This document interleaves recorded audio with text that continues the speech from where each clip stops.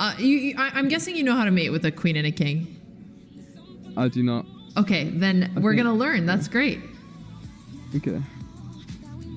Just be careful not to stalemate. So to put my king in a position that it has nowhere to go. Okay. Except for its current square. My king can go to either of these two squares so far. So to checkmate, you have to make sure that you're attacking all of the squares the king can go to and the square that the king is on.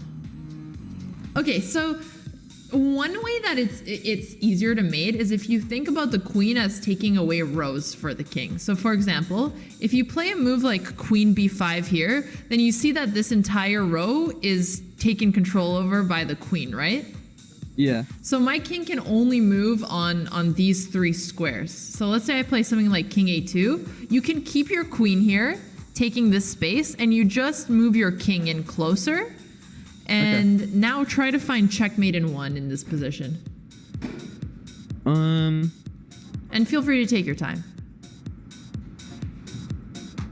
I think it's just here. Yes, perfect. And what if I moved my king to a1? B1. Yes. And are there any other squares you can checkmate? Yeah, or B2. Yep. And there's also another 2. Yeah, I put it A4. Okay, yeah, A4 also works. So basically, once you've taken away all of the squares on one of the rows next to the king, then if you take all of them on the adjacent row as well, then you're going to checkmate. And I'm just saying this because if it's with a rook, which I can actually let me put a rook on.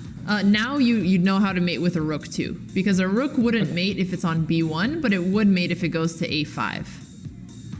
All right. So it's a little bit of a hacky way to learn how to do it, if that makes sense.